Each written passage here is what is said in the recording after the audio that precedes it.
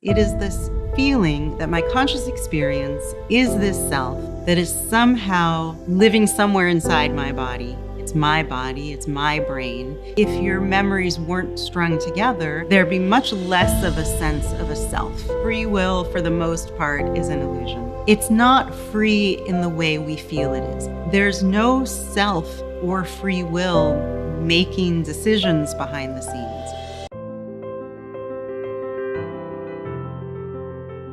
So I think that free will, for the most part, is an illusion.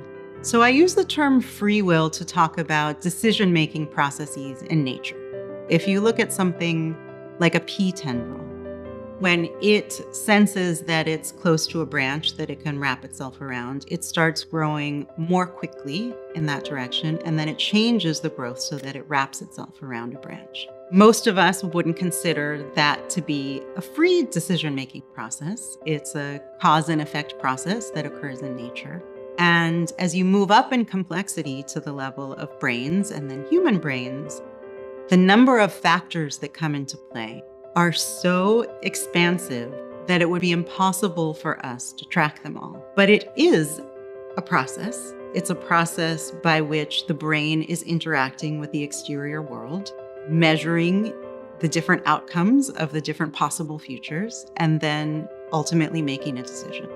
This is something that I think what many people mean by free will. The problem with having free in the title is that it's not free in the way we feel it is. And this is where the illusion comes in.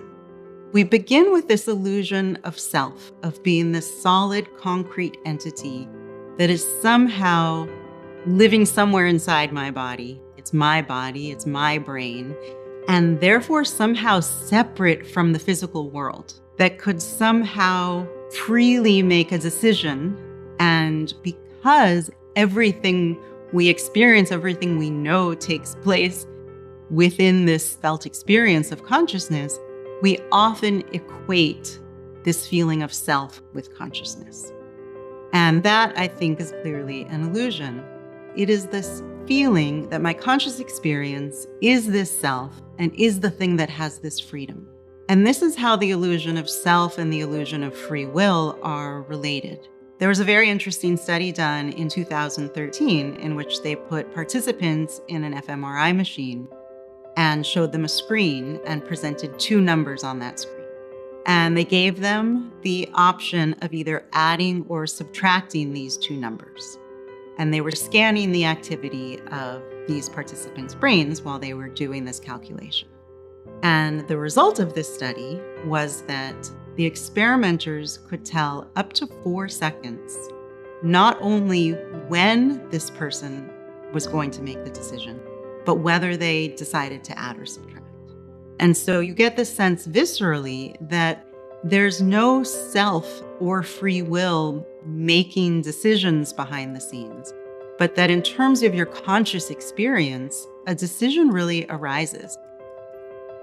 So when I talk about the illusion of self, this is often very hard for people to grasp what that could even mean. We all understand that a wave is not a static thing in nature, it's a process.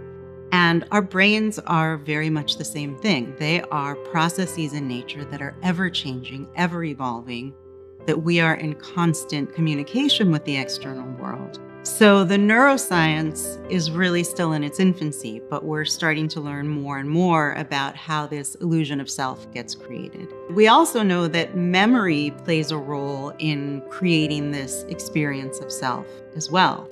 There's a sense in which all of the memories that we have access to over time were being experienced by the same subject. And you can imagine if your memories weren't strung together and your experience was just of each present moment, there'd be much less of a sense of a self moving through time. We're also learning a little bit more about what neuroscientists refer to as the default mode network. So we know that when the default mode network is active, we are highly aware of this illusion of self.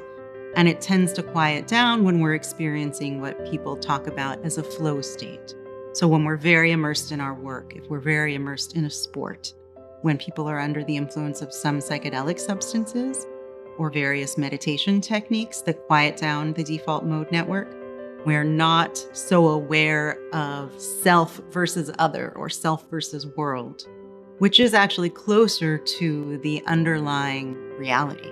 There are moments where realizing there's an experience of conscious will taking place can be quite liberating. Many people get stuck in feeling responsible for their psychological state. And there's a way in which simply being with whatever uncomfortable emotions you're experiencing, whether it's sadness or frustration or anger, being with them rather than believing that you're controlling them, can be extremely beneficial for psychological well-being.